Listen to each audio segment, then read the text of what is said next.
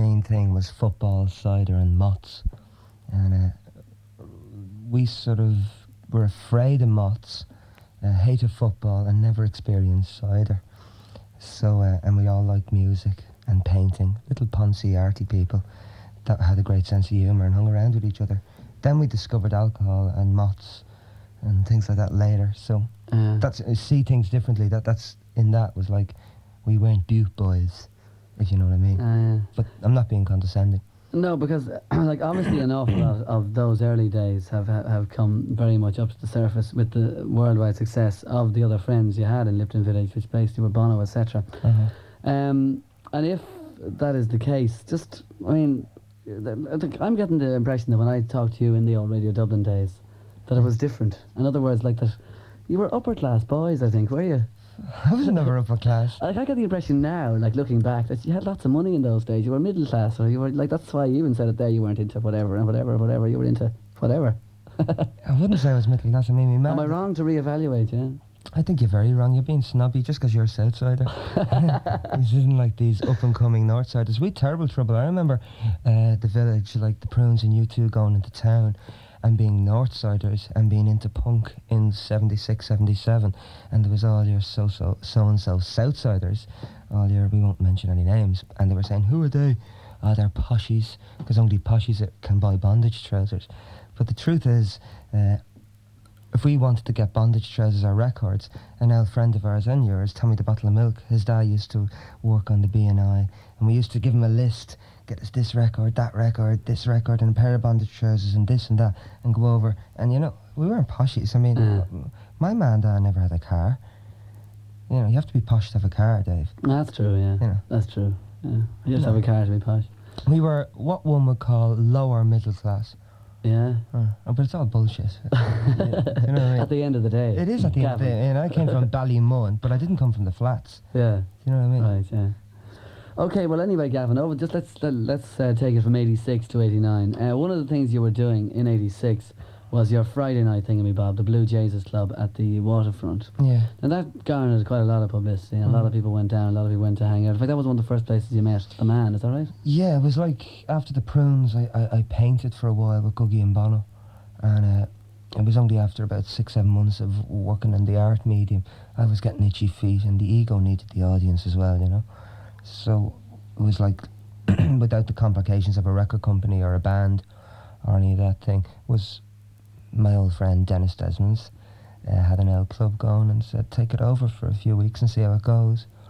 And that was really down to spontaneity. There was no big rehearsals or anything, and that's where myself and himself started working.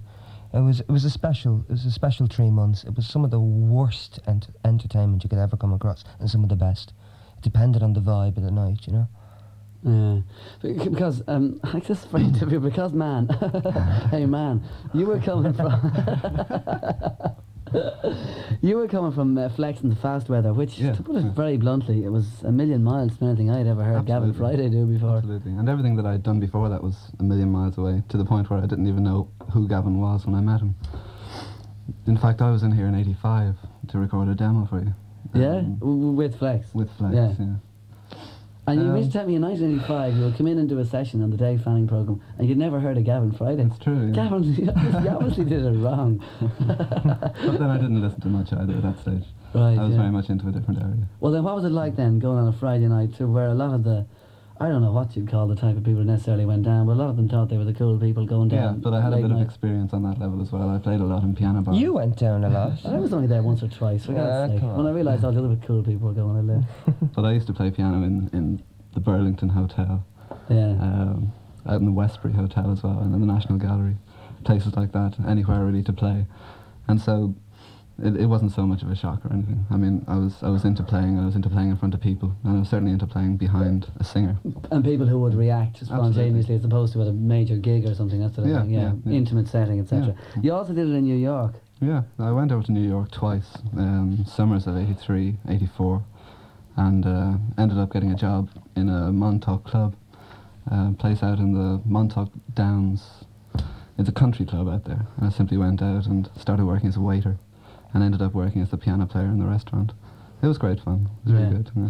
I see. So now it's the album. So tell us then, Gavin, what about this one? You got a lot of people together. I saw one review of it, like the only review I saw of it in Q magazine, and it compared a lot of the stuff to Tom Waits. And you have That's some bullshit. Yeah, I think it is too. Actually, it's complete nonsense. But anyway, you do have some Tom Waits people on the album. Yeah, well, this is like, typical reviews. They read the press release and see there's one or two Tom Waits musicians on the album. They say, I won't listen to it, just write it off. Okay, well, who are these people, and why New York, and what happened?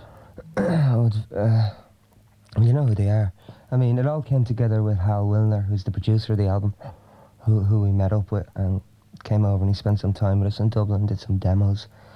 And Hal is not what you would call a typical producer. He's much more a conceptualist and a man with vision. And we sat down with Hal and explained, we had all the tunes written, all the songs written, and we explained what we wanted. And he simply has his fingers on 100 pies, in 100 pies in New York, and he sent us over lists of different guys, says, maybe this guy, maybe that guy. And a couple of the guys we knew, like Mark Rebo from Tom Waits, and Michael Blair, Fernando Saunders, who did work with Lou Reed, and a couple of guys we never heard of, like Bill Frisell and Hank Roberts and the Flo and Eddies that we all know of.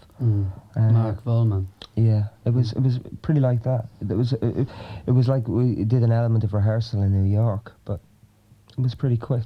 It's interesting because in the club that we were in the Blue Jays, we used to do a lot of songs taken from an album called A Tribute to Kurt Weill. Lost in the Stars was the name of that album, and Hal had actually produced that album. So when we got to meet him and work with him, it was a little bit like the Blue Jays was turned full circle. For us, anyway. Because, down at the Blue Jays Club, you did have people coming along like Phil Chevron, who has done a lot of stuff like that. I've seen him on stage do it, actually, support at the stadium once. And also, you had Agnes Burnell, I did the same again. So is there a scene of, is it very trite to say, 30s Berlin, Dublin, Blue Jays is waterfront, bound to have the album, here it is? Yeah, I think it's very trite to say that. Yeah. Well, I was thinking that. He said Kurt Weill, not me. I know, but we're into that. I think there's very few. Agnes is like in her 60s and is the authentic Berlin thing. Philip is a bit like myself, like an ex-Bowie freak that discovered punk and then started to educate himself. And anyone that's a little theatrical and into certain things will turn towards Brecht or Kurt Weill or Brel or PF.